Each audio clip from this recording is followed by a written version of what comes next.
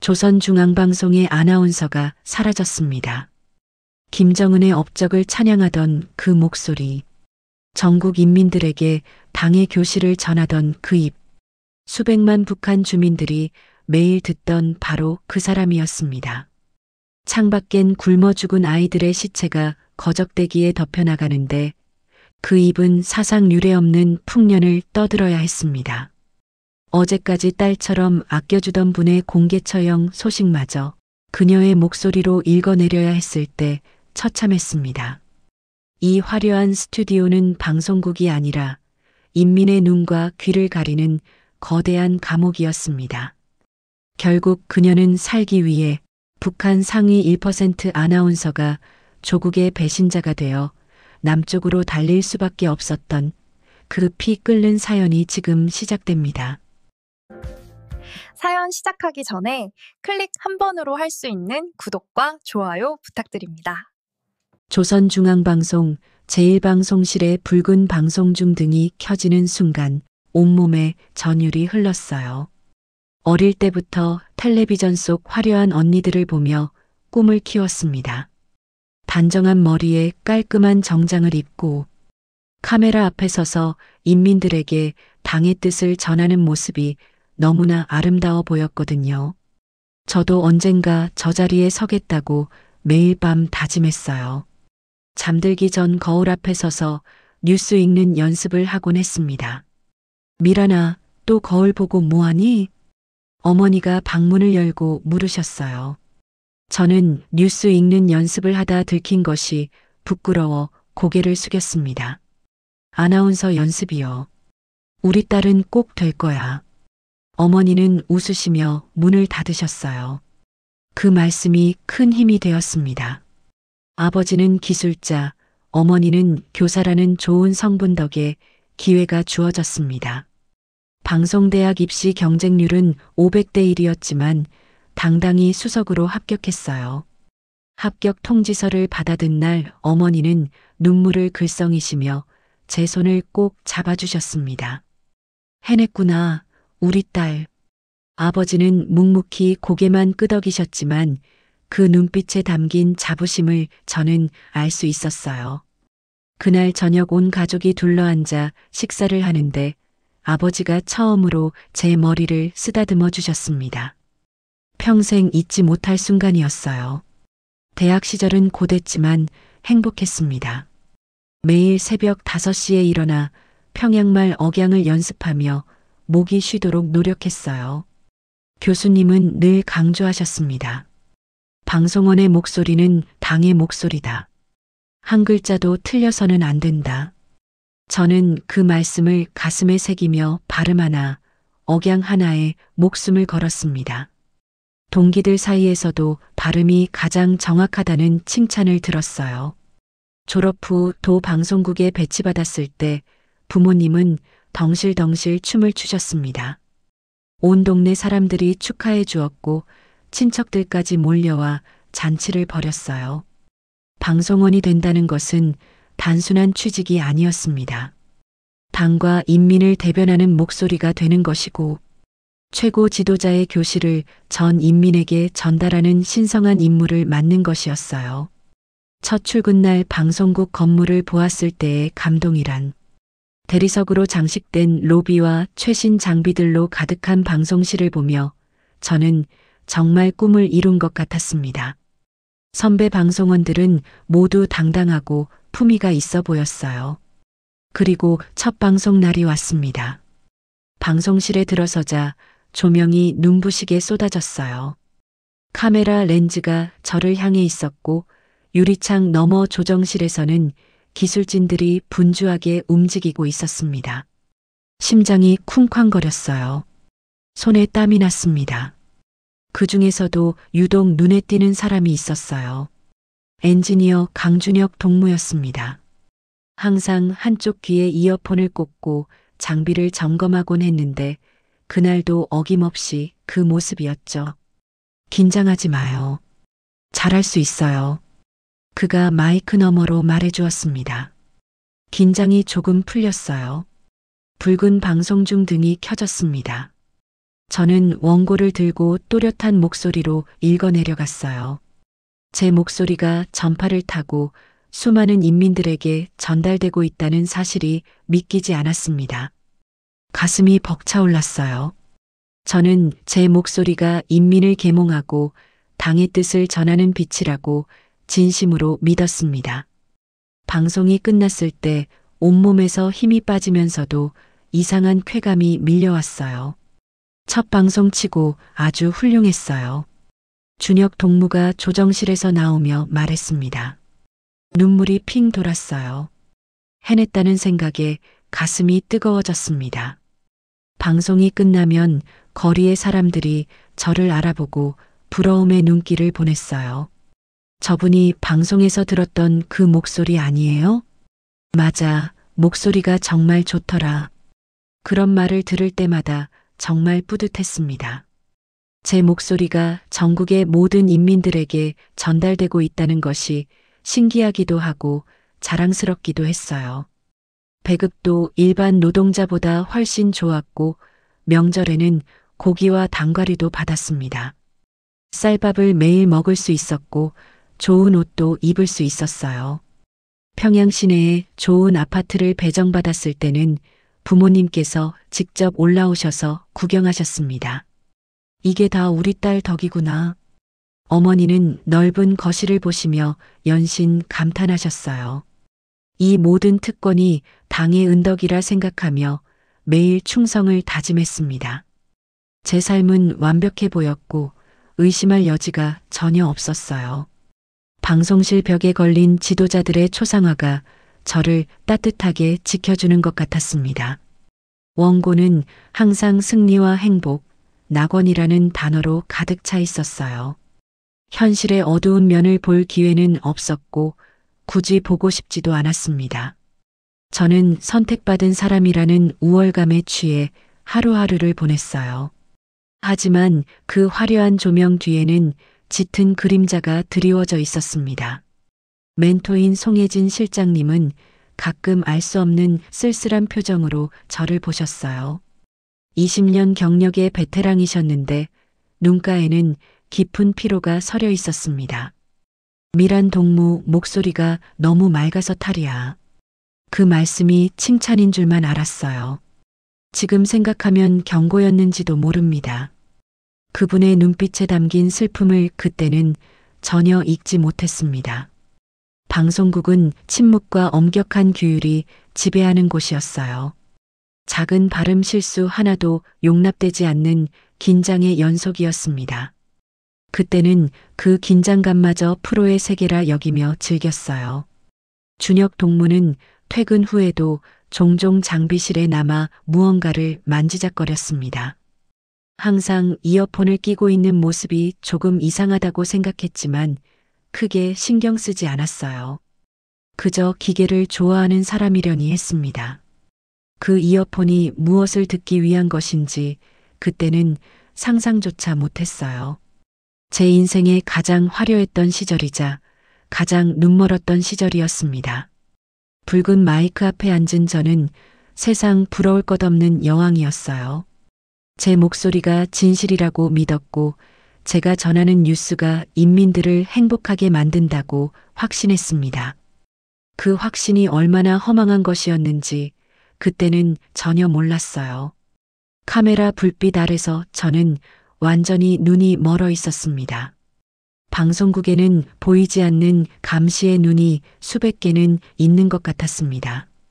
복도를 걸을 때마다 누군가 저를 지켜보는 느낌이 들었어요. 처음에는 신경이 쓰였지만 곧 익숙해졌습니다. 아니, 익숙해진 척했어요.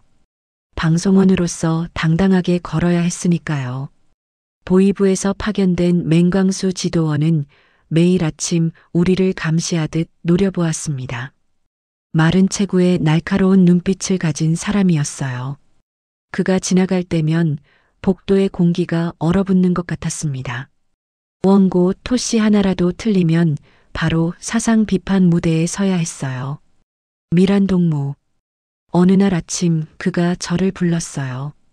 심장이 철렁 내려앉았습니다. 예, 지도원 동지. 어제 방송 들었는데 교시 발음이 좀 흐리던데? 등에서 식은땀이 흘렀어요. 분명히 또렷하게 발음했다고 생각했는데 그의 귀에는 다르게 들린 모양이었습니다. 죄송합니다. 더 주의하겠습니다. 주의가 아니라 정신을 차려야지. 교시를 흐리게 읽는다는 게 무슨 의미인지 알아? 저는 고개를 숙인 채 대답하지 못했어요. 그가 한 발짝 다가왔습니다. 사상이 해이해진 거야. 알겠나? 명심하겠습니다. 그는 코웃음을 치고 지나갔어요. 다리가 풀려서 한참을 그 자리에 서 있었습니다. 손이 떨렸어요. 하루 종일 그 기분이 가시지 않았습니다. 매주 월요일 생활 총화 시간은 피를 말리는 공포의 시간이었어요. 방송원들이 모두 모여 서로를 비판하고 스스로를 자아 비판해야 했습니다. 누가 먼저 손을 들어 동료의 잘못을 지적하느냐가 생존의 관건이었어요. 저는 이번 주에 긴밀한 동무를 비판하겠습니다. 선배 아나운서가 손을 들었어요. 심장이 멎는 줄 알았습니다. 긴밀한 동무는 방송 후 정리 시간에 동료들과 잡담을 나누었습니다.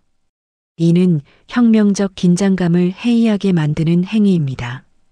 고작 날씨 이야기를 했을 뿐인데 그것도 죄가 되었어요. 저는 일어서서 고개를 숙여야 했습니다. 비판을 받아들이겠습니다. 저는 안일한 태도로 방송에 임했습니다. 앞으로 더욱 혁명적 각성을 높이겠습니다. 거짓 반성을 쏟아내며 속으로는 분했어요. 하지만 표정 하나 바꿀 수 없었습니다. 서로가 서로를 감시하는 시스템이 완벽하게 작동하고 있었거든요. 그날 저녁 송혜진 실장님이 저를 조용히 복도 끝으로 불러냈습니다. 미란 동무 잠깐. 인적이 드문 계단참이었어요. 실장님은 주위를 살피고 낮은 목소리로 말씀하셨습니다. 원고 내용에 대해 생각하지 마. 그냥 기계처럼 읽어. 무슨 말씀인지 이해가 되지 않았어요. 네, 그게 무슨 말씀이세요? 내 말 뜻을 알 때가 올 거야. 그때까지 생각하지 말고 그냥 읽어. 알겠지? 실장님의 눈빛이 진지했습니다. 눈가에 깊은 주름이 패여 있었어요. 저는 고개를 끄덕였지만 그 말의 진짜 의미를 그때는 전혀 깨닫지 못했습니다. 며칠 후 점심시간에 이상한 소문이 돌았습니다. 농장 취재를 다녀온 박 기자가 술에 취해 헛소리를 했다는 거였어요. 풍년은 무슨, 다 말라 죽었는데 보도는 무슨 보도야. 누군가 그 말을 들었다고 했습니다. 저는 귀를 의심했어요. 어떻게 그런 말을 할 수 있지? 방송에서는 분명히 사상 유례 없는 대풍년이라고 했는데요. 다음 날 아침 박 기자의 자리가 비어 있었습니다. 박 기자 동무 어디 갔어요? 제가 옆 동료에게 물었어요. 동료는 시선을 피하며 고개를 저었습니다. 몰라. 묻지 마. 아무도 그의 행방을 묻지 않았어요. 마치 처음부터 존재하지 않았던 사람처럼 그의 책상은 깨끗이 치워졌습니다. 그가 쓰던 펜도, 컵도, 가족 사진도 모두 흔적 없이 사라졌어요. 저는 등골이 서늘했지만 애써 무시하려고 노력했습니다. 제 잘못이 아니라고, 그가 실수한 거라고 스스로를 위로했어요. 그 후로 창밖을 보는 것이 두려워졌습니다. 출근길에 가끔 앙상한 아이들이 힘없이 지나가는 것을 보았어요. 배가 볼록 튀어나온 꽃제비들이었습니다. 하지만 제 원고에는 인민들이 행복하게 살고 있다고 쓰여 있었어요. 저는 황급히 커튼을 치고 다시 발성 연습에만 몰두했습니다. 보지 않으면 없는 거라고 생각했어요. 어느 날 맹광수 지도원이 저를 따로 불렀습니다. 미란 동무, 요즘 방송 잘하고 있어. 칭찬이었지만 온몸에 소름이 돋았어요. 감사합니다, 지도원 동지. 그가 작은 상자를 내밀었어요. 열어보니 탁상시계였습니다. 당의 시간을 잘 지키라는 의미야. 수고하고 있으니까. 저는 두 손으로 받아들며 고개를 숙였어요. 감사합니다. 더욱 충성하겠습니다. 하지만 그 시계가 단순한 선물이 아님을 본능적으로 느꼈습니다. 감시하고 있다는 메시지 같았어요. 당신의 시간을 우리가 보고 있다는. 그날 밤 저는 그 시계를 책상 위에 올려놓고 한참을 바라보았습니다. 초침이 째깍째깍 움직이는 소리가 유난히 크게 들렸어요. 마치 제 심장 소리 같았습니다. 불안감이 스멀스멀 올라왔지만 저는 그것을 애써 눌렀어요. 충성심만이 저를 지켜줄 유일한 방패라고 믿었거든요. 더 열심히 하면 된다고, 더 완벽하게 읽으면 된다고 스스로를 다독였습니다. 준혁 동무가 퇴근 후 장비실에서 나오다 저와 마주쳤어요. 미란 동무, 아직 안 갔어요? 네, 내일 방송 원고 좀 더 연습하려고요. 그가 잠시 저를 바라보았습니다. 무언가 말하고 싶은 표정이었지만 곧 고개를 끄덕이며 지나갔어요. 너무 무리하지 마요. 몸이 상해요. 그의 목소리가 유난히 따뜻하게 느껴졌습니다. 하지만 그때는 그것이 왜인지 몰랐어요. 창밖으로 어둠이 내려앉고 있었습니다. 방송실의 불빛만이 홀로 빛나고 있었어요. 저는 다시 원고를 펼쳤습니다. 승리, 행복, 낙원 같은 단어들이 끝없이 이어졌어요. 유리창에 제 얼굴이 비쳤습니다. 어딘가 지쳐 보이는 얼굴이었어요. 하지만 저는 애써 미소를 지으며 발성 연습을 시작했습니다. 균열은 이미 시작되고 있었어요. 유리창처럼 금이 가고 있었습니다. 다만 저만 모르고 있었을 뿐이에요. 제 인생에서 가장 큰 변화가 시작된 것은 아주 우연한 계기였습니다. 어느 날 편집장이 저를 불렀어요. 미란 동무, 새로운 업무가 있어. 네, 무엇입니까? 외국 방송 모니터링이야. 적국의 방송을 감시해서 그들이 우리나라를 어떻게 왜곡해서 보도하는지 파악하는 일이지.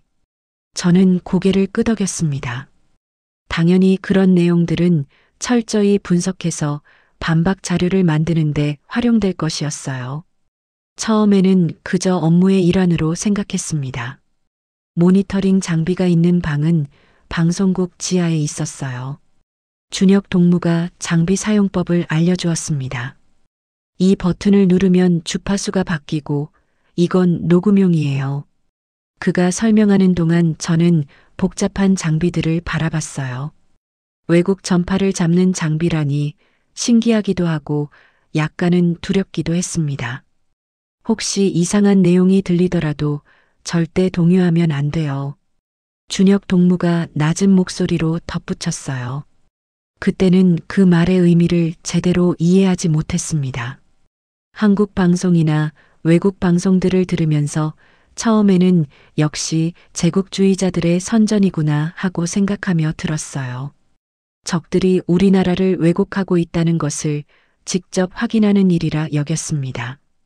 하지만 며칠간 계속 듣다 보니 이상한 점을 발견했어요. 그들이 보도하는 내용 중에 우리가 알고 있는 것과 전혀 다른 이야기들이 있었거든요. 특히 충격적이었던 것은 한국의 발전상에 대한 보도였습니다. 우리는 남조선이 미제의 식민지로 인민들이 굶주리고 있다고 배웠는데 방송에서 들려오는 내용은 완전히 달랐어요. 고층 빌딩들이 즐비하고 사람들이 풍족하게 살고 있으며 자유롭게 해외여행을 다닌다는 이야기들이었습니다. 처음에는 당연히 거짓 선전이라고 생각했어요. 하지만 여러 나라의 방송에서 비슷한 내용들이 나오는 것을 보면서 조금씩 의문이 들기 시작했습니다. 설마 전 세계가 다 거짓말을 하고 있는 것은 아니겠죠? 그러던 중 정말 운명적인 순간이 찾아왔습니다. 어느 날 밤 방송 모니터링을 하다가 우연히 한국 드라마 일부를 듣게 되었어요. 정확히는 드라마가 아니라 드라마에 대한 뉴스였는데 한국에서 인기 있는 드라마가 아시아 전체에서 열풍을 일으키고 있다는 내용이었습니다. 호기심이 생겼어요. 도대체 어떤 드라마기에 그런 인기를 끌고 있을까? 며칠 후 운 좋게 그 드라마의 일부를 실제로 볼 기회가 생겼습니다. 물론 업무상 적국의 문화 침투 실태를 파악한다는 명목이었지만 실제로는 순수한 호기심 때문이었어요. 드라마를 보는 순간 정말 큰 충격을 받았습니다. 화면에 나오는 서울의 모습은 제가 상상했던 것과 완전히 달랐어요. 깨끗하고 현대적인 거리, 화려한 상점들, 예쁜 옷을 입고 자유롭게 걸어다니는 사람들, 그리고 무엇보다 그들의 얼굴에서 보이는 여유로움과 행복한 표정들이 인상적이었습니다. 드라마 속 인물들은 연애를 자유롭게 하고 직업을 선택하고 해외여행을 떠나고 원하는 것을 마음대로 사고 먹을 수 있었어요. 그런 모습들이 너무나 자연스럽게 그려져 있어서 연기라기보다는 실제 한국 사람들의 일상을 보여주는 것 같았습니다. 그날 밤 집에 돌아와서도 드라마에서 본 장면들이 계속 머릿속에 맴돌았어요. 과연 저것들이 모두 거짓일까? 세트장에서 꾸며낸 허상일까? 아니면 정말로 한국 사람들이 저렇게 살고 있는 것일까? 밤늦도록 잠들지 못하고 고민했습니다. 며칠 후 더 큰 충격이 기다리고 있었어요. 이번에는 다른 나라 방송에서 북한에 대한 뉴스를 보게 되었는데 그 내용이 정말 놀라웠습니다. 우리나라를 세계에서 가장 폐쇄적인 국가, 인권이 없는 나라, 주민들이 굶주리고 있는 나라로 소개하고 있었어요. 처음에는 화가 났습니다. 어떻게 우리나라를 이렇게 모독할 수 있을까? 하지만 그들이 제시하는 구체적인 자료들과 증거들을 보면서 점점 혼란스러워졌어요. 특히 탈북민들의 증언을 들으면서는 정말 충격을 받았습니다. 그 사람들이 말하는 북한의 모습은 제가 알고 있는 것과는 달랐어요. 물론 저는 방송원이라는 특권층이었기 때문에 일반 인민들의 생활을 잘 몰랐을 수도 있었겠죠. 하지만 그들의 증언을 들으면서 우리 사회의 어두운 면들을 새삼 깨닫게 되었습니다. 그때부터 저는 주변을 다른 시각으로 보기 시작했어요. 방송국에서 동료들과 나누는 대화, 거리에서 만나는 사람들의 표정, 상점에서 파는 물건들의 종류와 질, 모든 것이 새롭게 보였습니다. 특히 놀라웠던 것은 정보의 통제였어요. 우리가 접할 수 있는 정보가 얼마나 제한적인지, 그리고 그 정보들이 얼마나 걸러지고 가공된 것들인지를 깨달았습니다. 제가 매일 방송으로 전하고 있는 내용들도 과연 진실일까 하는 의문이 들기 시작했어요.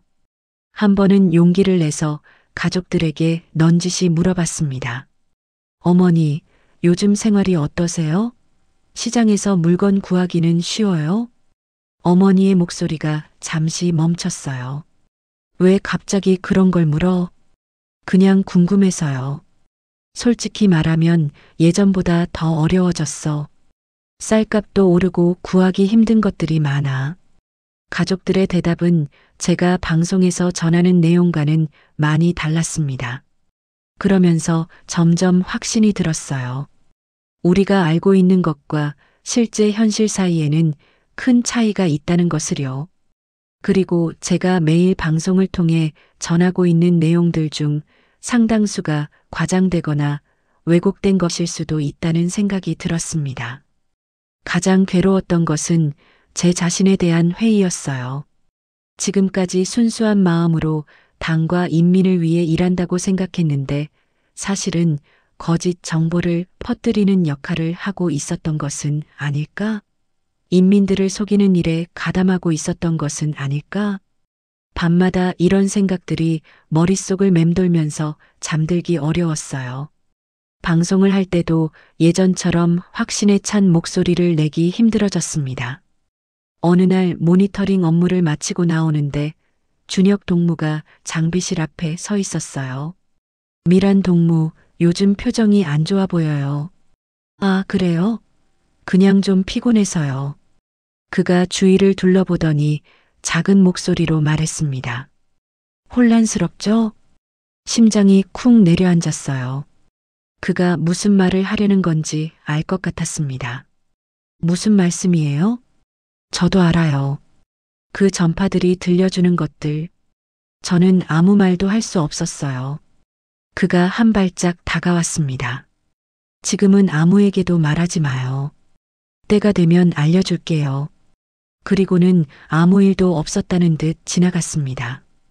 그날 밤 저는 창밖을 바라보며 한참을 생각했어요. 준혁 동무도 무언가를 알고 있는 것 같았습니다. 그의 이어폰이 단순히 장비 점검용이 아니었던 거예요. 세상이 달라 보이기 시작했습니다. 제가 읽던 원고의 단어들이 하나하나 날카롭게 느껴졌어요. 승리, 행복, 낙원. 그 단어들이 이제는 공허하게 울렸습니다. 진실을 알게 된다는 것은 이렇게 고통스러운 일이었어요. 진실을 알게 된 후로 방송이 두려워졌습니다. 매일 아침 원고를 받아들 때마다 손이 떨렸어요. 이 내용이 진짜일까?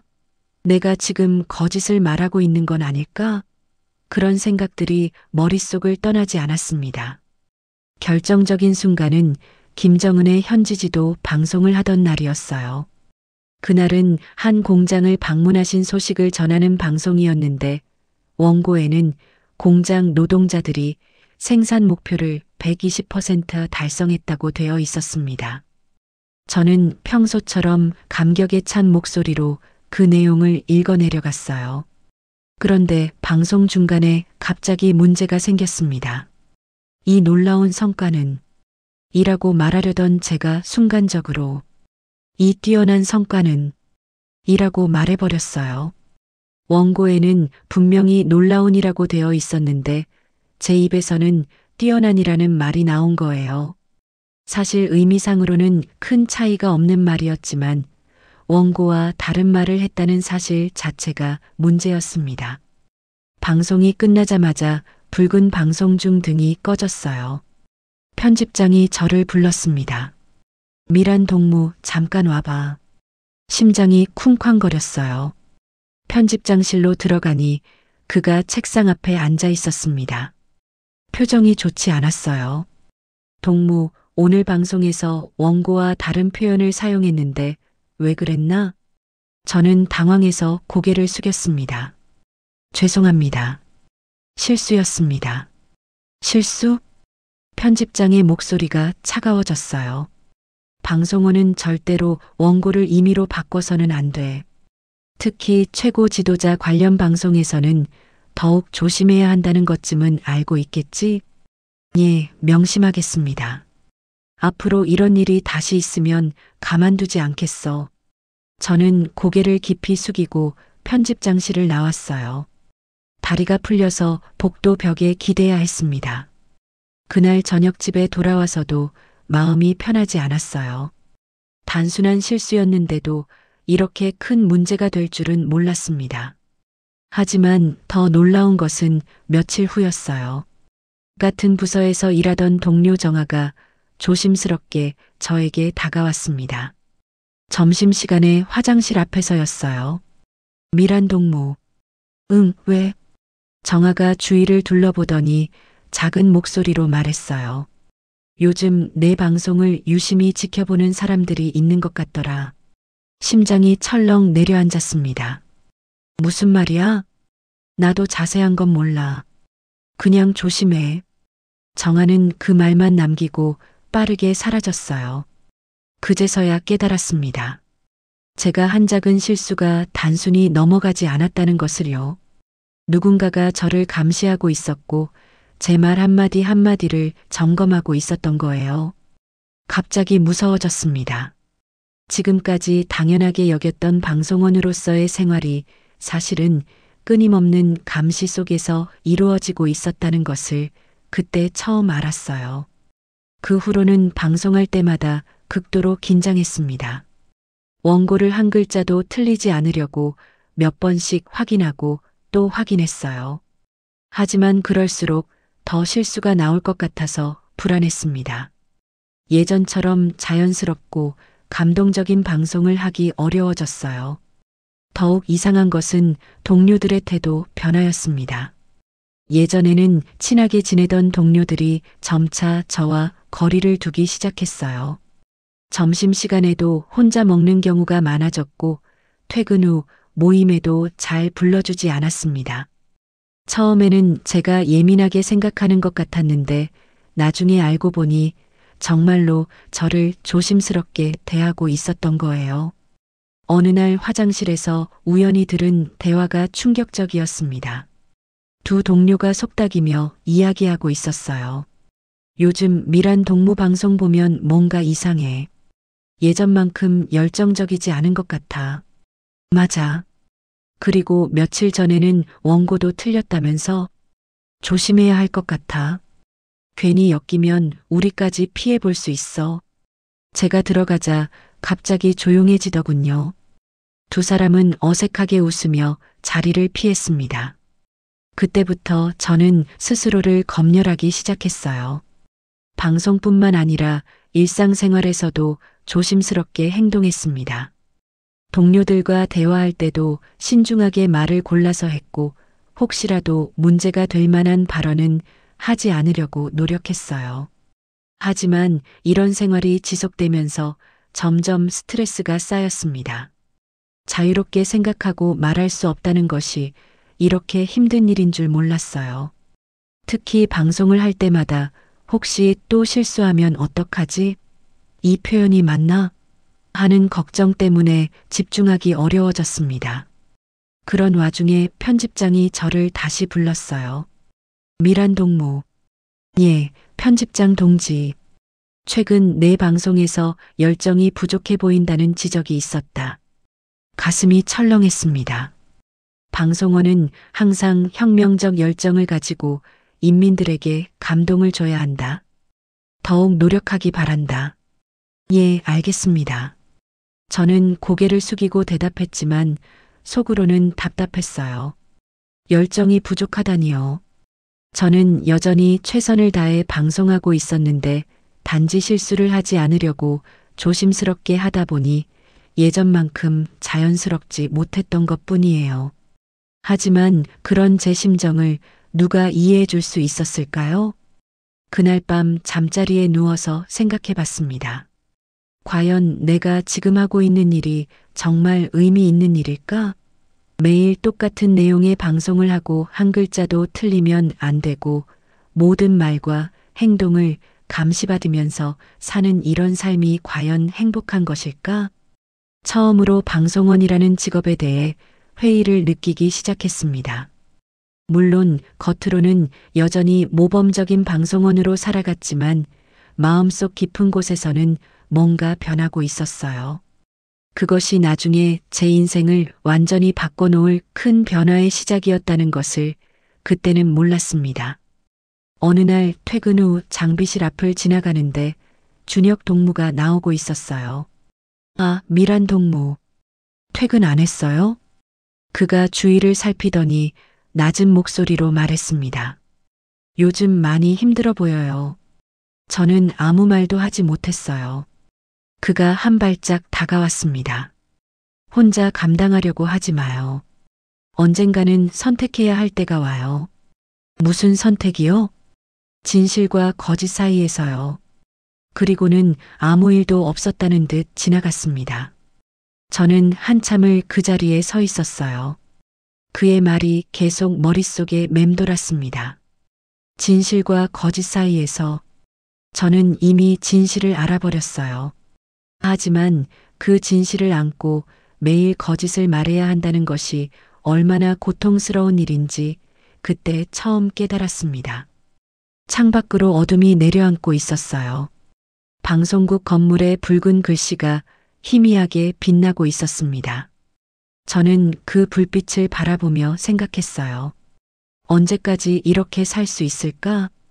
어느 날 저녁이었습니다. 방송을 마치고 정리를 하고 있는데 송혜진 실장님이 저를 불렀어요. 미란 동무, 잠깐 시간 있나? 예, 실장님. 실장님은 주위를 둘러보더니 작은 목소리로 말씀하셨어요. 오늘 저녁에 우리 집에 잠깐 들르지 않겠나? 할 이야기가 있어. 이상했습니다. 실장님이 개인적으로 집에 초대한 적은 한 번도 없었거든요. 20년을 방송국에서 일하시면서도 늘 거리를 두시는 분이었어요. 하지만 거절할 이유도 없었습니다. 예, 알겠습니다. 퇴근 후 실장님 댁을 찾아갔습니다. 평양 외곽의 작은 아파트였어요. 생각보다 소박한 집이었습니다. 20년 경력의 베테랑 방송원치고는 초라한 편이었어요. 계단을 오르는 동안 페인트가 벗겨진 벽이 눈에 들어왔습니다. 들어와. 실장님이 문을 열어주셨어요. 안으로 들어가니 좁은 거실에 낡은 가구들이 놓여 있었습니다. 벽에는 지도자 초상화가 걸려 있었고 그 아래 작은 책장이 있었어요. 책장에는 먼지가 쌓인 책들이 빼곡히 꽂혀 있었습니다. 앉아. 저는 낡은 소파에 앉았습니다. 스프링이 삐걱거렸어요. 실장님이 물 한 잔을 가져다 주셨습니다. 고맙습니다. 실장님은 제 맞은편에 앉으셨어요. 한참을 말없이 저를 바라보시다가 입을 여셨습니다. 미란 동무, 요즘 많이 힘들지? 저는 순간 당황했어요. 어떻게 대답해야 할지 몰랐습니다. 괜찮습니다. 거짓말하지 마. 바보여. 실장님의 목소리가 부드러웠어요. 처음 듣는 톤이었습니다. 방송국에서는 항상 딱딱하고 공식적인 말투로만 말씀하셨는데 지금은 완전히 달랐어요. 내 눈빛이 변했어. 예전에는 확신에 차 있었는데 지금은 흔들리고 있어. 저는 고개를 숙였어요. 부정할 수 없었습니다. 실장님은 어떻게 아세요? 나도 그랬으니까. 실장님의 말에 고개를 들었어요. 실장님의 눈가에 깊은 주름이 패여 있었습니다. 피로와 체념이 섞인 표정이었어요. 그 표정을 보는 순간 가슴이 먹먹해졌습니다. 내가 왜 목소리가 너무 맑아서 탈이야라고 했는지 알아? 저는 고개를 저었습니다. 맑은 목소리는 거짓을 말할 때 더 티가 나거든. 탁한 목소리는 무엇을 말해도 비슷하게 들리지만 맑은 목소리는 진심일 때와 거짓일 때가 확연히 달라. 실장님이 창밖을 바라보셨어요. 해가 지고 있었습니다. 나도 젊었을 때는 너처럼 맑은 목소리였어. 진심으로 믿고 방송했지. 당과 인민을 위한다고. 내 목소리가 인민들에게 희망을 준다고 믿었어. 그런데요? 15년 전에 알게 됐어. 우리가 읽는 원고가 전부 거짓이라는 걸. 저는 숨을 멈췄어요. 그의 고향에 큰 홍수가 났었어. 수백 명이 죽었지. 마을 전체가 물에 잠겼어. 하지만 내가 읽은 원고에는 당의 현명한 지도로 피해가 최소화되었다고 되어 있었어. 사망자 숫자는 실제의 10분의 1도 안 됐고 실장님의 목소리가 떨렸어요. 그날 밤 고향에서 연락이 왔어.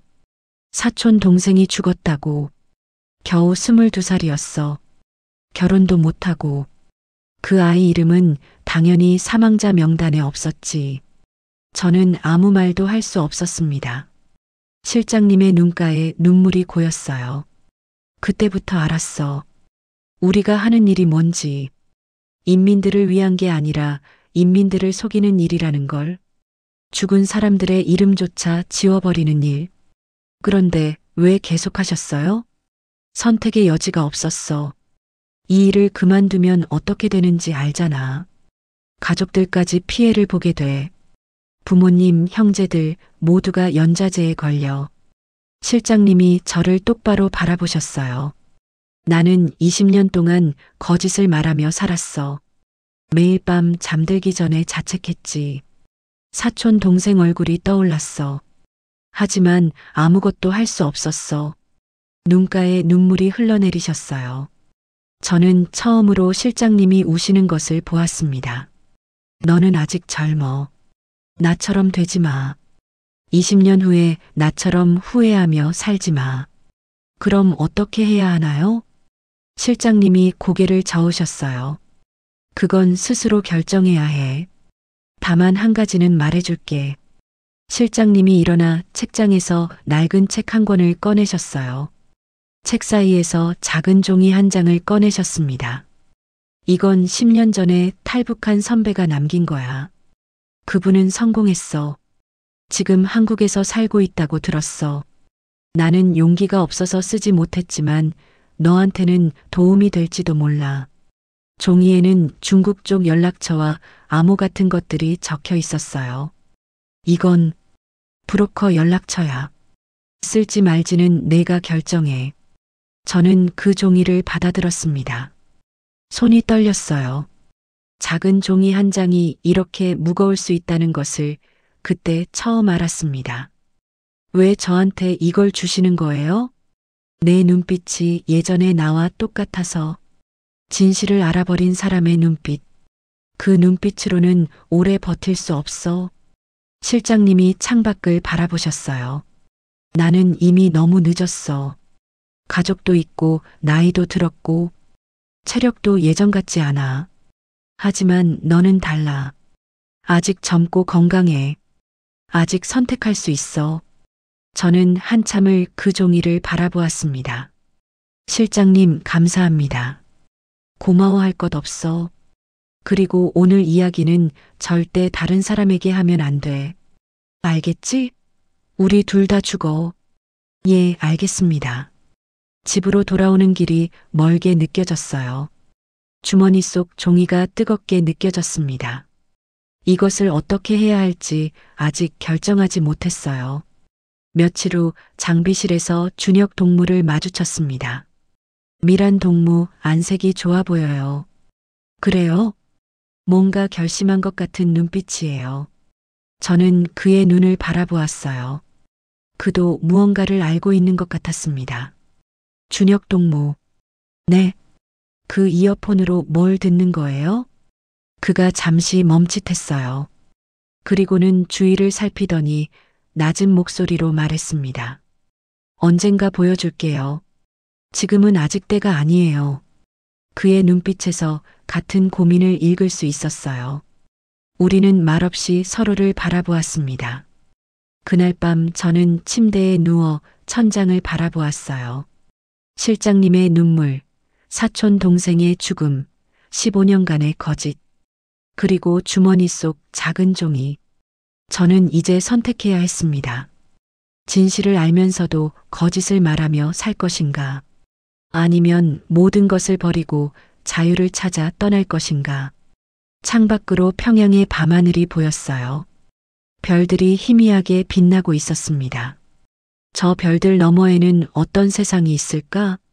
그 질문이 밤새 머릿속을 떠나지 않았어요. 실장님에게 종이를 받은 후로 며칠이 지났습니다. 저는 매일 밤 그 종이를 꺼내 보았어요. 손으로 쓴 숫자들과 암호 같은 글씨들. 이것이 자유로 가는 열쇠일 수도 있고 죽음으로 가는 티켓일 수도 있었습니다. 종이를 볼 때마다 손이 떨렸어요. 어느 날 퇴근 후였어요. 방송국 건물이 거의 비어 있을 때 준혁 동무가 저를 불렀습니다. 미란 동무, 잠깐 시간 있어요? 네, 왜요?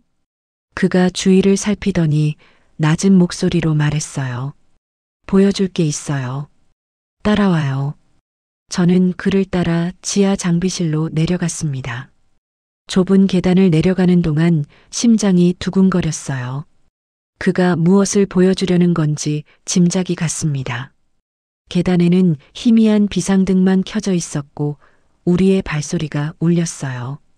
장비실 문을 열자 낡은 기계들이 빼곡히 들어차 있었어요. 먼지 냄새가 났습니다. 오래된 녹음 장비들과 사용하지 않는 카메라들이 구석에 쌓여 있었어요. 준혁 동무가 안쪽 구석으로 저를 안내했습니다. 이게 뭐예요? 그가 낡은 천을 걷어냈습니다. 그 아래에는 작은 라디오가 숨겨져 있었어요. 일반 라디오가 아니었습니다. 안테나가 특이하게 생겼고 다이얼에는 알 수 없는 숫자들이 적혀 있었어요. 손때가 묻은 것으로 보아 오랫동안 사용한 것 같았습니다. 직접 만든 거예요. 외국 주파수를 잡을 수 있어요. 저는 숨을 멈췄습니다. 외국 방송 청취는 사형에 해당하는 범죄였어요. 가족까지 연좌제에 걸리는 중범죄였습니다. 이걸 왜 저한테 보여주는 거예요? 미란 동무도 알잖아요. 진실을. 그가 저를 똑바로 바라보았어요. 그의 눈빛에서 같은 고통을 읽을 수 있었습니다. 오랫동안 혼자 짊어져 온 무게가 느껴졌어요. 저도 3년 전에 알았어요. 우연히 남조선 방송을 듣게 됐거든요. 장비 수리하다가 실수로 주파수가 맞춰진 거예요. 그때부터 모든 게 달라 보이기 시작했어요. 3년이나요? 네. 3년 동안 혼자 이 비밀을 안고 살았어요. 누구에게도 말할 수 없었죠. 한마디라도 새어나가면 끝이니까. 그가 라디오를 켰어요. 지직거리는 소리 사이로 한국어가 들려왔습니다. 한국 뉴스였어요. 앵커의 목소리가 또렷하게 울렸습니다. 서울의 날씨와 경제 소식을 전하고 있었어요. 저는 그 자리에 얼어붙었어요. 모니터링 업무로 들었던 것과는 다른 느낌이었습니다.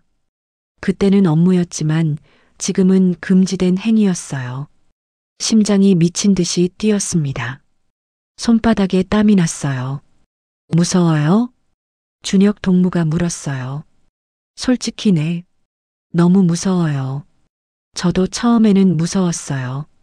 손이 떨려서 라디오를 제대로 잡지도 못했어요. 하지만 진실을 알면 돌아갈 수 없어요. 눈을 감을 수가 없어요. 그가 라디오를 끄고 다시 천으로 덮었습니다. 조심스럽게 원래 위치에 놓았어요. 미란 동무, 저는 결심했어요. 무슨 결심이요? 떠나려고요. 이 나라를. 저는 아무 말도 할 수 없었어요. 그가 한 발짝 다가왔습니다.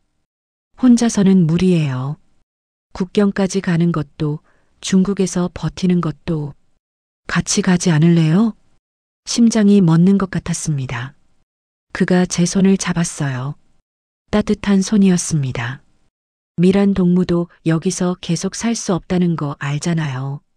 진실을 알면서 거짓을 말하는 게 얼마나 힘든지, 매일 방송하면서 얼마나 괴로운지, 저는 그의 눈을 바라보았어요.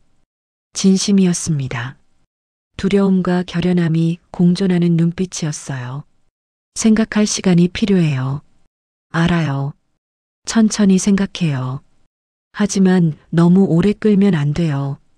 이미 우리 둘 다 위험한 상황이에요.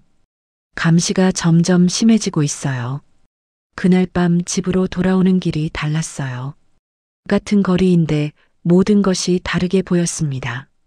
지나가는 사람들의 표정, 가로등 불빛, 선전 포스터들, 전부 낯설게 느껴졌어요. 포스터 속 지도자의 얼굴이 저를 노려보는 것 같았습니다. 집에 도착해서 실장님이 주신 종이를 다시 꺼냈습니다. 그리고 준혁 동무의 말을 떠올렸어요. 같이 가지 않을래요? 가슴이 뜨거워졌습니다.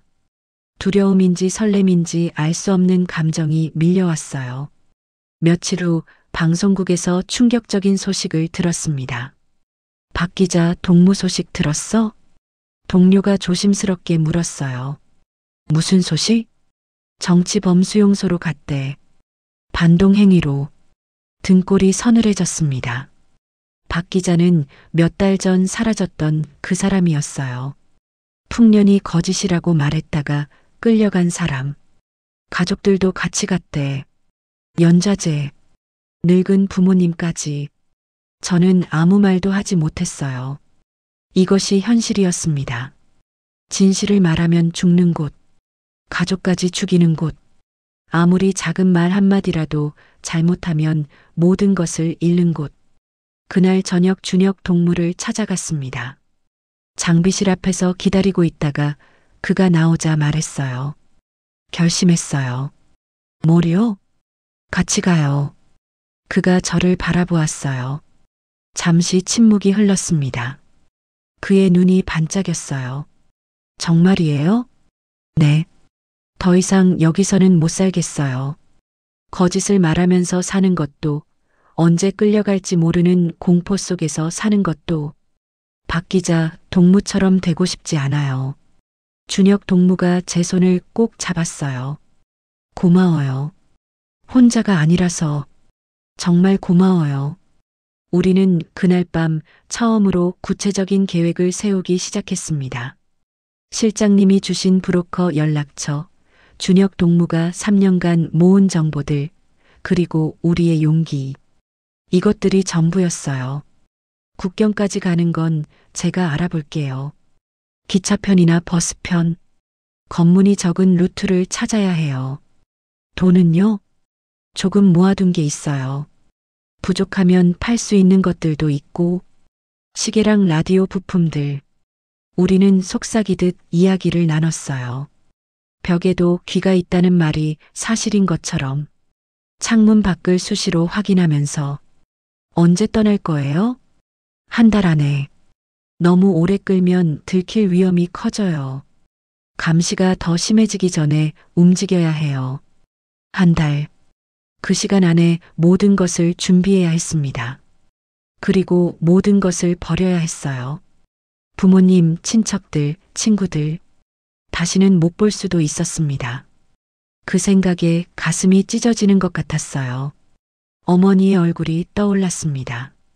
제 머리를 쓰다듬어 주시던 아버지의 손도.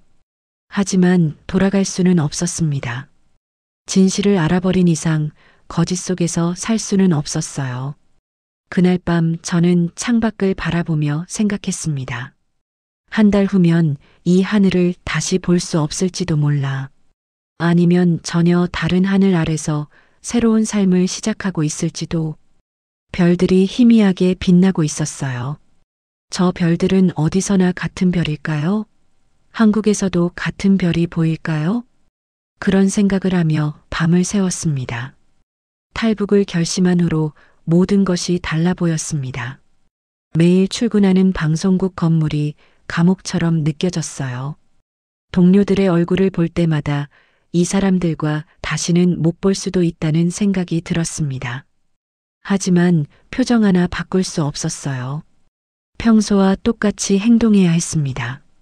조금이라도 이상한 낌새를 보이면 끝이었으니까요. 준혁 동무가 브로커에게 연락을 취했어요. 실장님이 주신 연락처였습니다. 연결됐어요. 어느 날 저녁 그가 조용히 말했어요. 장비실 뒤편 아무도 없는 곳이었습니다. 정말요? 네. 2주 후에 움직이래요. 국경 근처까지 가는 방법을 알려준다고 했어요. 기차로 함경북도까지 간 다음 거기서 안내인을 만난대요. 심장이 빠르게 뛰었습니다. 2주. 이제 정말 얼마 남지 않았어요. 돈은요? 반은 먼저 보내고 반은 중국에 도착하면 주기로 했어요. 제가 모아둔 돈으로 충분해요. 3년 동안 이것만 생각하며 모았거든요. 저는 그의 얼굴을 바라보았어요. 3년 동안 이 날을 준비해 온 사람. 그의 눈빛에서 결연함이 느껴졌습니다. 고마워요, 준혁 동무. 고맙긴요. 같이 가는 거잖아요. 혼자였으면 못했을 거예요. 그가 제 손을 잡았어요. 따뜻했습니다. 2주 동안 저는 평소처럼 방송을 했습니다. 아니, 평소보다 더 열심히 했어요. 의심받지 않기 위해서였습니다. 원고를 한 글자도 틀리지 않고 읽었고 감격에 찬 목소리로 지도자의 업적을 찬양했어요. 편집장도 만족스러운 표정이었습니다. 미란 동무, 요즘 방송 좋아졌어. 감사합니다, 편집장 동지. 하지만 속으로는 매 순간이 고통이었습니다. 이것이 거짓이라는 것을 알면서도 말해야 했어요. 인민들을 속이고 있다는 것을 알면서도 미소 지어야 했습니다. 카메라 앞에서 웃을 때마다 얼굴 근육이 경련을 일으키는 것 같았어요. 어느 날 방송을 마치고 나오는데 송혜진 실장님과 마주쳤어요. 미란 동무. 예, 실장님. 실장님이 저를 한참 바라보셨어요. 무언가 눈치챈 것 같은 표정이었습니다. 요즘 표정이 밝아졌네. 그래요? 응. 뭔가 좋은 일 있어? 저는 애써 평온한 표정을 지었어요. 아니요. 그냥 컨디션이 좋아서요. 실장님이 고개를 끄덕이셨어요. 그리고 낮은 목소리로 말씀하셨습니다. 잘 됐으면 좋겠다. 그 한마디에 저는 눈물이 날 뻔했어요. 실장님은 알고 계셨습니다.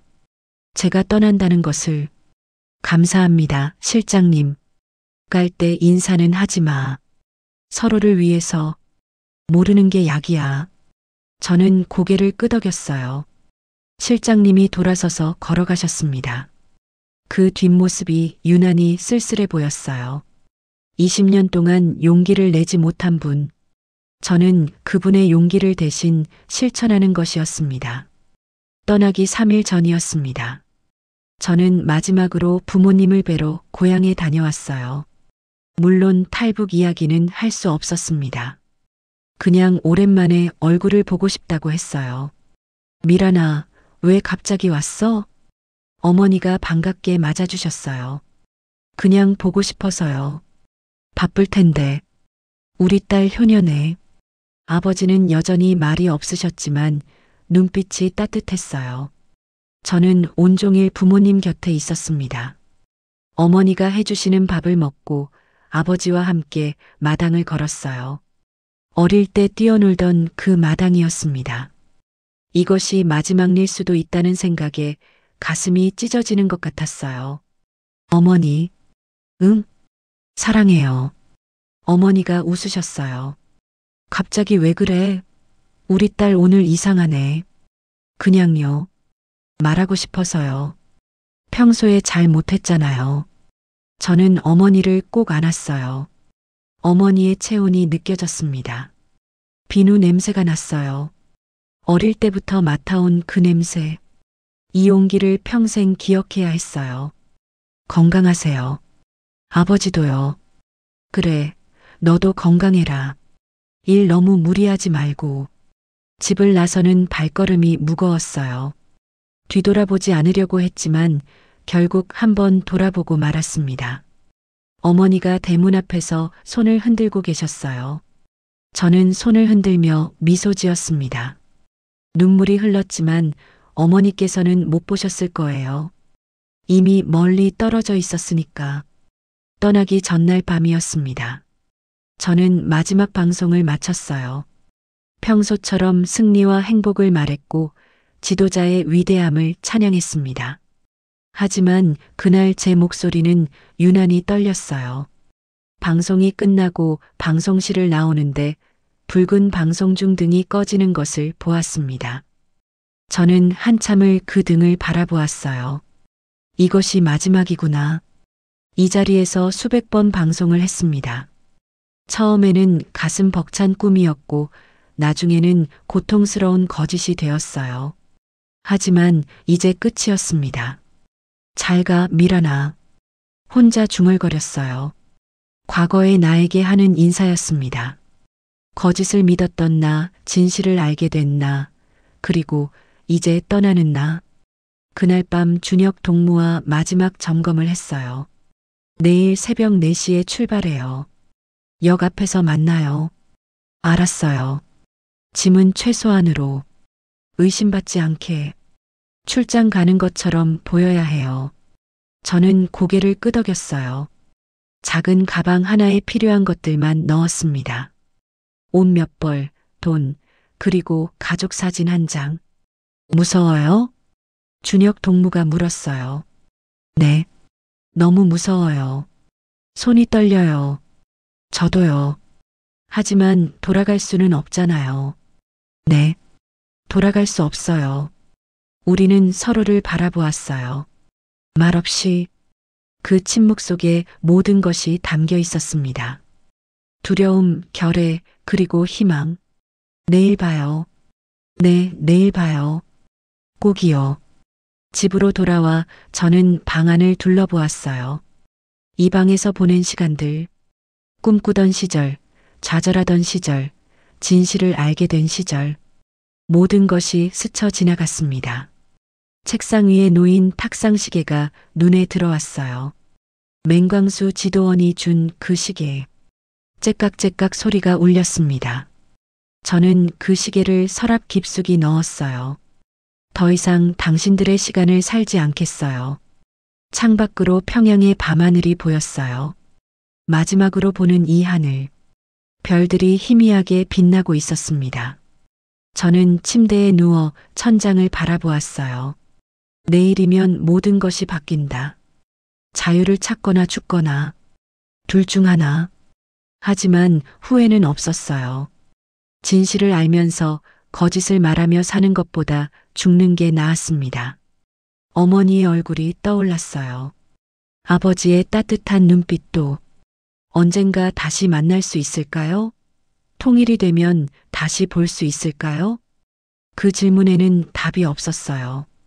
저는 눈을 감았습니다. 내일을 위해 잠들어야 했어요. 하지만 잠은 쉽게 오지 않았습니다.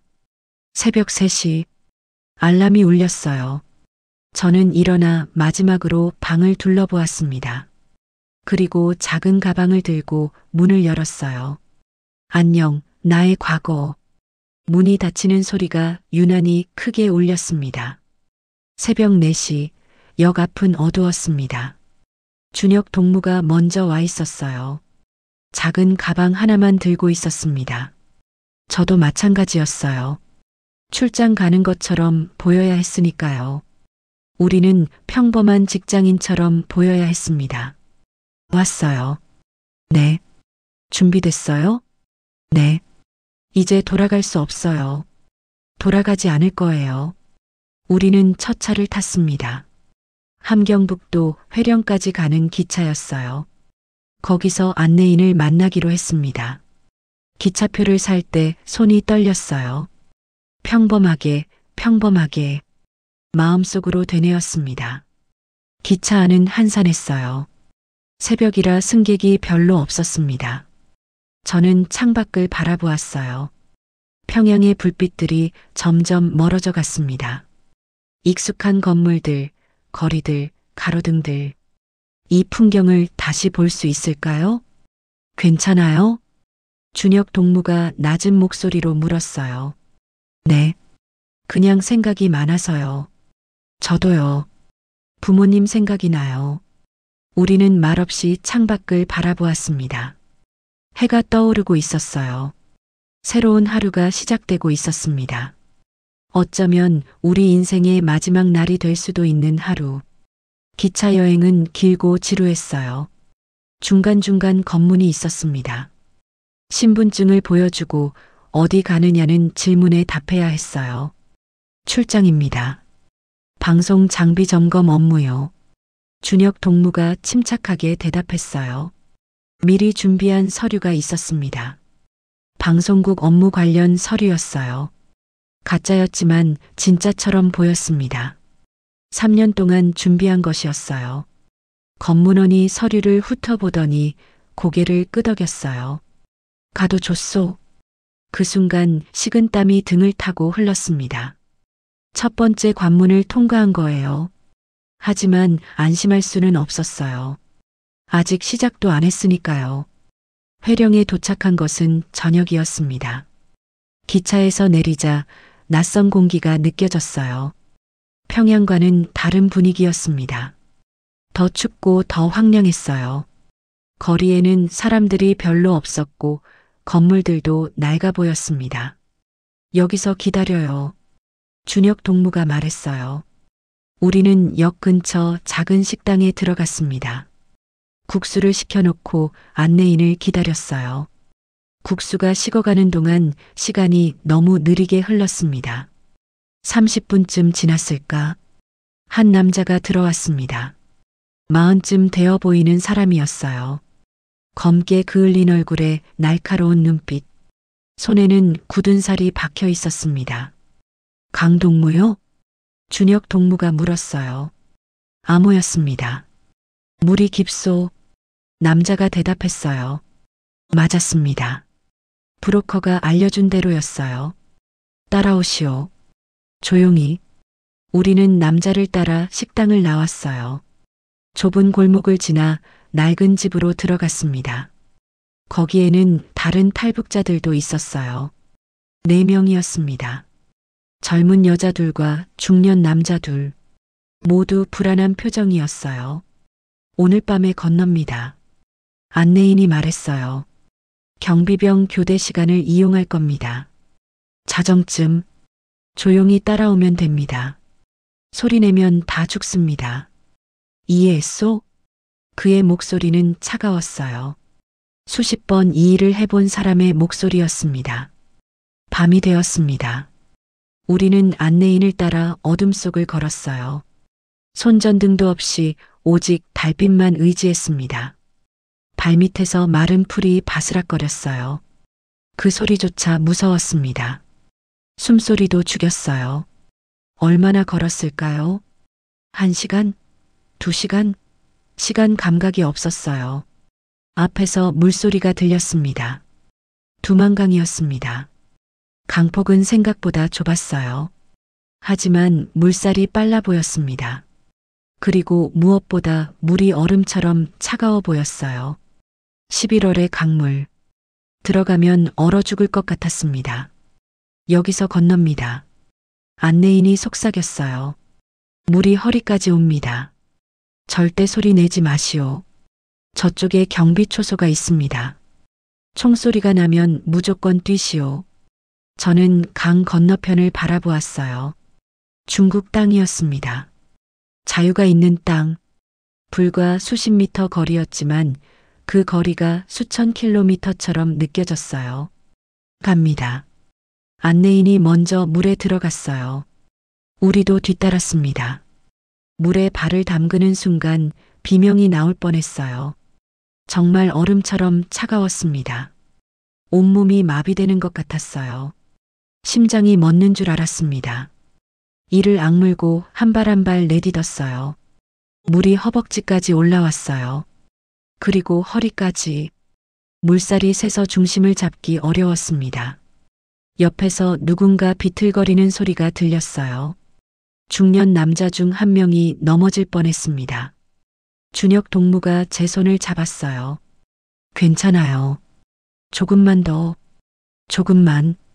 그의 목소리가 떨렸어요. 하지만 그 손은 따뜻했습니다.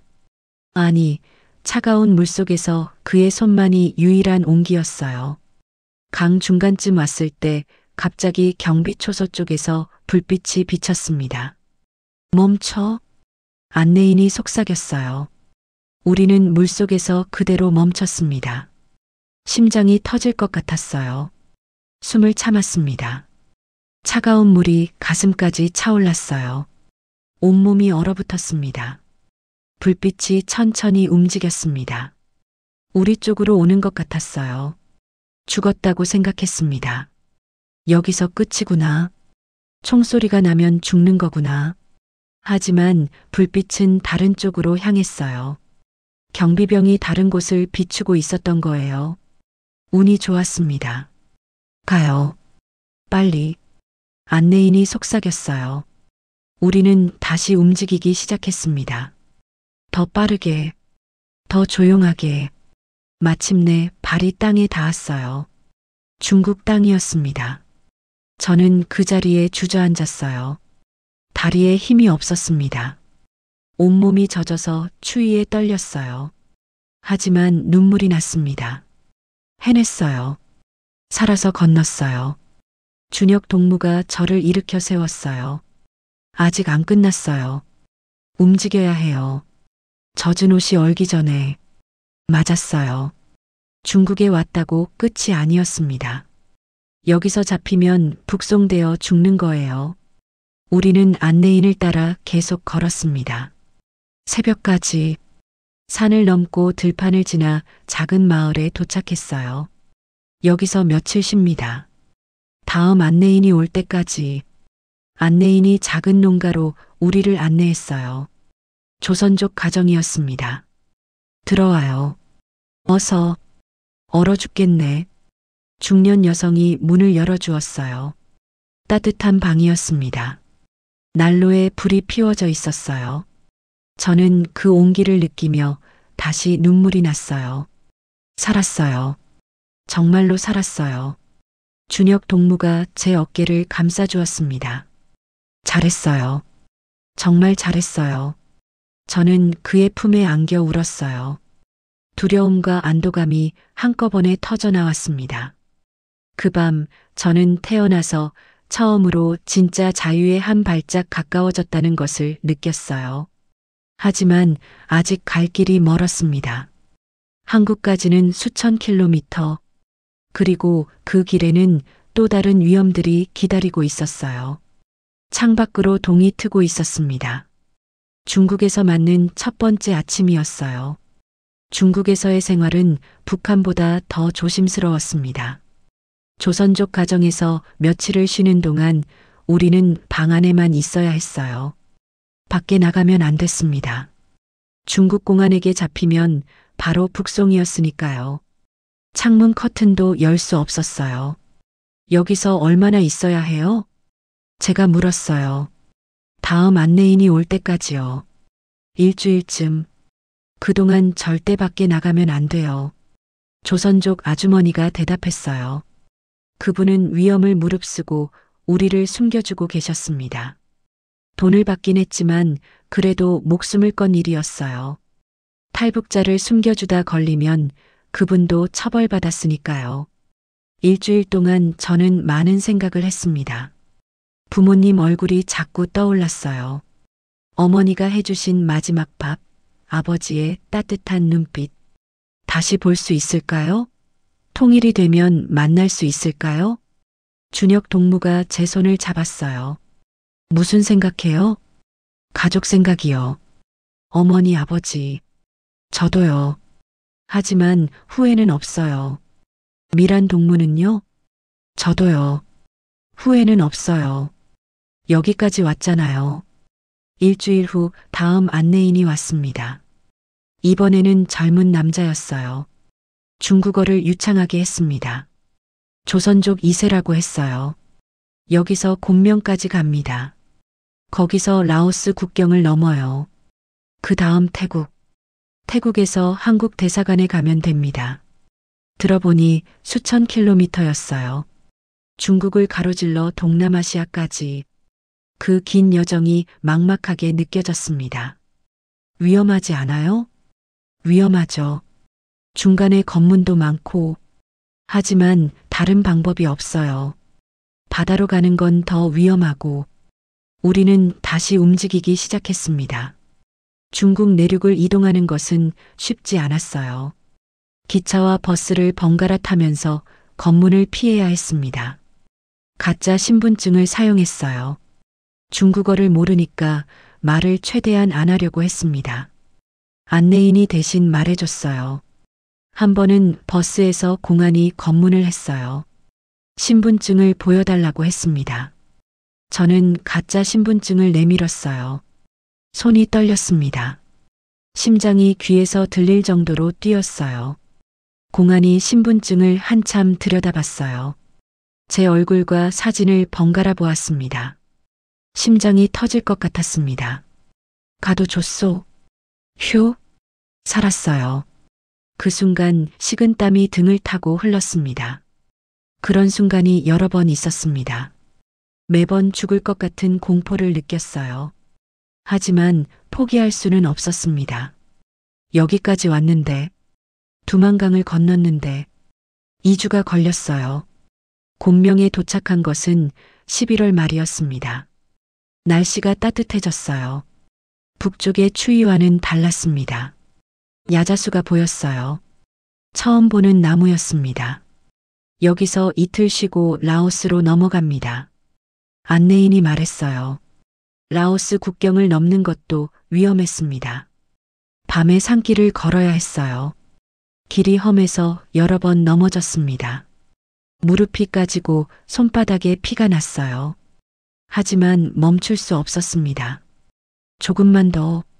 저기가 라오스예요. 안내인이 말했어요. 앞에 작은 마을 불빛이 보였습니다. 라오스에서 태국으로 넘어가는 것은 비교적 수월했어요. 메콩강을 배로 건넜습니다. 두만강처럼 차갑지 않았어요. 하지만 여전히 무서웠습니다. 물 위에서 배가 흔들릴 때마다 숨이 막혔어요. 태국 땅에 발을 디딘 순간 저는 또 울었어요. 이제 거의 다 왔어요. 준혁 동무가 말했어요. 정말요? 이제 안전한 거예요? 네. 여기서 방콕까지 가서 한국 대사관에 가면 돼요. 태국은 탈북자를 북송하지 않아요. 방콕까지는 버스로 갔습니다. 태국은 중국과 달랐어요. 탈북자를 잡아서 북송하지 않았습니다. 하지만 불법 체류자 신분이라 조심해야 했어요. 경찰에게 잡히면 구류될 수도 있었습니다. 방콕에 도착한 것은 12월 초였습니다. 평양을 떠난 지 거의 한 달이 지났어요. 한국 대사관 앞에 섰을 때 다리가 풀렸습니다. 여기가 대사관이에요? 네. 저기 태극기 보여요? 저는 태극기를 바라보았어요. 처음 보는 깃발이었습니다. 북한에서는 적국의 상징이라고 배웠던 그 깃발. 하지만 지금은 희망의 상징으로 보였어요. 바람에 펄럭이는 그 깃발이 저를 부르는 것 같았습니다. 들어가요. 준혁 동무가 제 손을 잡았어요. 우리는 함께 대사관 문을 열었습니다. 북한에서 왔습니다. 도와주세요. 저는 떨리는 목소리로 말했어요. 대사관 직원이 놀란 표정으로 우리를 바라보았습니다. 그리고 곧 따뜻한 미소를 지었어요. 어서 오세요. 고생 많으셨습니다. 이제 안전합니다. 그 말을 듣는 순간 저는 무릎이 꺾였어요. 주저앉아서 울었습니다. 준혁 동무도 울었어요. 서로를 껴안고 한참을 울었습니다. 한 달간의 여정이 끝난 거예요. 목숨을 건 도망이 끝난 거예요. 대사관에서 며칠을 보냈습니다. 신분 확인 절차가 있었어요. 북한에서의 생활과 탈북 경위에 대해 자세히 질문받았습니다. 방송원이셨군요. 담당자가 말했어요. 예. 조선중앙방송에서 일했습니다. 많이 힘드셨겠습니다. 진실을 알면서 거짓을 말해야 했으니 저는 고개를 끄덕였어요. 그분은 이해하고 있었습니다. 며칠 후 비행기 표가 나왔어요. 인천행이었습니다. 내일 출발입니다. 담당자가 말했어요. 그날 밤 저는 잠들지 못했어요. 내일이면 한국 땅을 밟는 거예요. 드라마에서만 보던 그 나라. 진짜 자유가 있는 그 나라. 긴장돼요? 준혁 동무가 물었어요. 네. 너무요. 어떤 곳일까요? 저도요. 하지만 기대도 돼요. 같이 와서 다행이에요. 저도요. 미란 동무가 없었으면 못 왔을 거예요. 우리는 서로를 바라보았어요. 함께 지옥을 건너온 사람. 이제 함께 새로운 삶을 시작할 사람. 다음 날 아침 우리는 비행기에 올랐습니다. 창밖으로 구름이 보였어요. 저 구름 아래 어딘가에 한국이 있었습니다. 제가 꿈꿔왔던 자유가 있었습니다. 비행기가 인천공항에 착륙했을 때 저는 창밖을 바라보았어요. 한국이었습니다. 비행기에서 내리는 순간 한국 땅의 공기를 마셨어요. 그 공기는 달랐습니다. 자유의 공기였어요. 공항에서는 통일부 직원들이 저를 맞이해 주었어요. 고생 많으셨습니다. 이제 안전합니다. 환영합니다. 친절한 미소였어요. 진심이 담긴 목소리였습니다. 저는 그 자리에서 또 울었어요. 해냈어요. 정말로 해냈어요. 평양에서 인천까지 두만강을 건너고 중국을 가로지르고 라오스와 태국을 거쳐서 수천 킬로미터를 달려서 마침내 여기까지 왔어요. 버스를 타고 이동하면서 창밖으로 한국의 모습을 보았습니다. 높은 건물들, 넓은 도로, 수많은 자동차들. 드라마에서 보던 그 장면들이 진짜였어요. 하지만 그보다 더 놀라운 것은 사람들의 표정이었어요. 자유로웠습니다. 웃고 있었어요. 두려움 없이 저도 저렇게 살 수 있을까요? 그 질문에 대한 답은 아직 몰랐어요. 하지만 한 가지는 확실했습니다. 이제 시작이라는 것. 하나원에 도착한 첫날이 가장 기억에 남아요. 버스에서 내리자 넓은 건물이 보였습니다. 여기서 3개월 동안 한국 사회 적응 교육을 받게 될 거라고 했어요. 여기가 하나원이에요? 네. 이제 여기서 새 삶을 준비하는 거예요. 준혁 동무가 말했어요. 아니, 이제는 준혁 씨라고 불러야 했습니다. 한국에서는 동무라는 말을 쓰지 않는다고 했어요. 오리엔테이션에서 다른 탈북민들을 만났습니다. 나이도 직업도 출신 지역도 다 달랐어요. 하지만 모두가 자유를 찾아온 사람들이었습니다. 각자의 사연이 있었어요. 어떤 분은 수용소에서 탈출했고, 어떤 분은 가족을 잃었고, 어떤 분은 10년 넘게 중국에 숨어 살다 왔습니다. 첫 번째 수업은 민주주의에 대한 것이었어요. 모든 사람은 태어날 때부터 자유롭고 존엄합니다. 강사님이 말씀하셨어요. 저는 그 말을 듣고 멍해졌습니다. 북한에서는 개인보다 집단이, 개인보다 당과 국가가 중요하다고 배웠는데 여기서는 개인의 존엄성을 가장 중요하게 여기고 있었어요. 컴퓨터 수업도 있었습니다. 처음에는 마우스 사용부터 배워야 했어요. 하지만 인터넷을 접하면서 정말 놀랐습니다. 이렇게 많은 정보를 자유롭게 볼 수 있어요? 네. 원하는 건 뭐든 검색할 수 있어요. 북한에서는 상상도 할 수 없는 일이었죠. 하나원에서 가장 감동적이었던 순간은 처음으로 자유롭게 쇼핑을 해본 때였어요.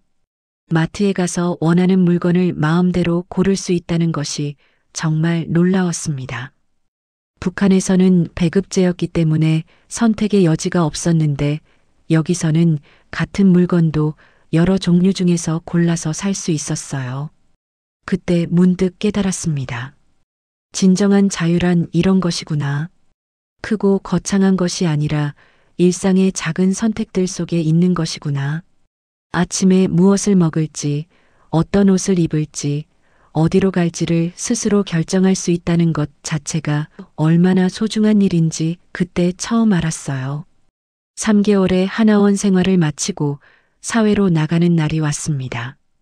제가 정착할 아파트에 도착했을 때 그 감격을 어떻게 표현할까요? 비록 작은 원룸이었지만 제 인생 첫 번째 내 집이었어요. 열쇠를 받아서 문을 열고 들어가는 순간 눈물이 났습니다. 정확히 5초. 그 5초 동안 지금까지의 모든 여정이 스쳐 지나갔어요. 북한에서의 방송원 생활, 진실을 깨닫는 과정, 목숨을 건 탈북, 두만강의 차가운 물, 중국과 라오스와 태국을 지나 마침내 여기까지. 그 5초간의 눈물은 제 인생의 완전한 전환점을 의미했습니다. 처음에는 한국 생활이 쉽지 않았어요. 말투가 달랐습니다. 한국 사람들의 빠른 말투를 따라가기 힘들었어요. 외래어도 많았고 줄임말도 많았습니다. 지하철 타는 것도 처음에는 무서웠어요. 사람들이 너무 많고 복잡했거든요. 하지만 하나하나 배워가면서 점차 적응할 수 있었습니다. 가장 큰 도움이 된 것은 사람들의 따뜻한 마음이었어요. 처음 직장에서 만난 동료들은 제가 탈북민이라는 것을 알고도 편견 없이 대해 주었습니다. 모르는 것이 있으면 친절하게 가르쳐 주었고 힘들 때는 격려해 주었어요. 지금 저는 작은 방송국에서 일하고 있습니다. 북한에서 방송원으로 일했던 경험을 살려서 한국에서도 같은 일을 하게 된 거예요. 하지만 이번에는 완전히 다릅니다. 누군가 써준 원고를 그대로 읽는 것이 아니라 제가 직접 취재하고 제 생각을 담아서 뉴스를 만들어요. 처음으로 자유롭게 방송을 했을 때 그 감격을 지금도 잊을 수 없습니다. 진실을 말할 수 있다는 것, 제 의견을 표현할 수 있다는 것, 그것이 얼마나 소중한지 그때 다시 한번 깨달았어요. 요즘은 탈북민들을 위한 프로그램도 진행하고 있습니다. 저처럼 북한을 떠나 한국에 온 사람들의 이야기를 전하는 일이에요.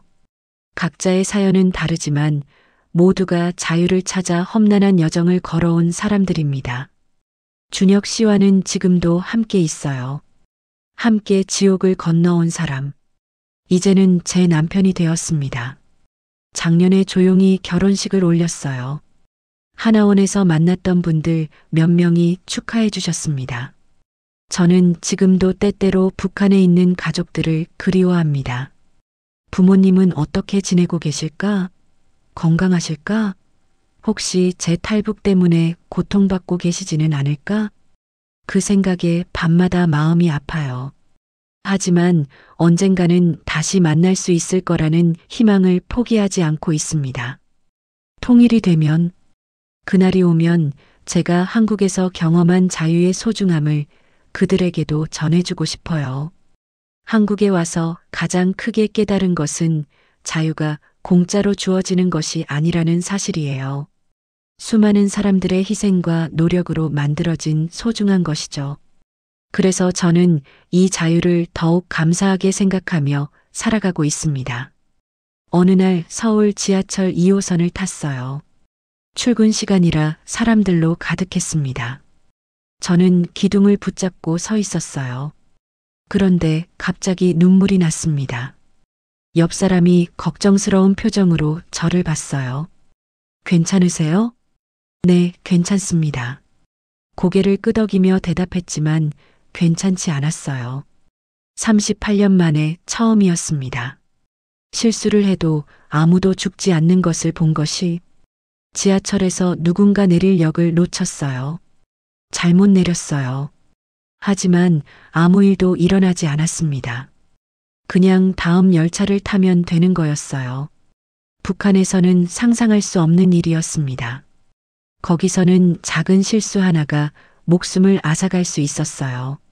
원고 한 글자 틀리면 끌려갔고 말 한마디 잘못하면 가족까지 죽었습니다. 하지만 여기서는 실수해도 괜찮았어요. 다시 할 수 있었어요. 완벽하지 않아도 됐어요. 그것이 진짜 자유였습니다. 저는 지하철 창밖을 바라보며 생각했어요. 이 자유를 지키기 위해 얼마나 많은 사람들이 싸웠을까. 이 평범한 일상이 얼마나 소중한 것인지.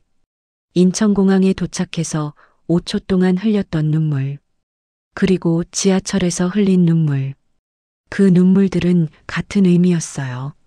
자유의 소중함, 평범함의 위대함, 그리고 살아있다는 감사함. 저는 오늘도 방송을 합니다. 진실을 말합니다. 제 목소리로, 제 생각으로. 아무도 저를 감시하지 않아요. 원고를 틀려도 죽지 않아요. 이것이 제가 찾은 자유입니다. 오늘의 이야기는 여기까지입니다. 언젠가 통일이 되면 부모님을 다시 만날 수 있겠죠. 그날이 올 때까지 저는 이 자유를 지키며 살겠습니다. 주인공 김미란에게 하고 싶은 말씀이 있으시면 댓글 부탁드립니다. 끝까지 시청해 주셔서 감사합니다.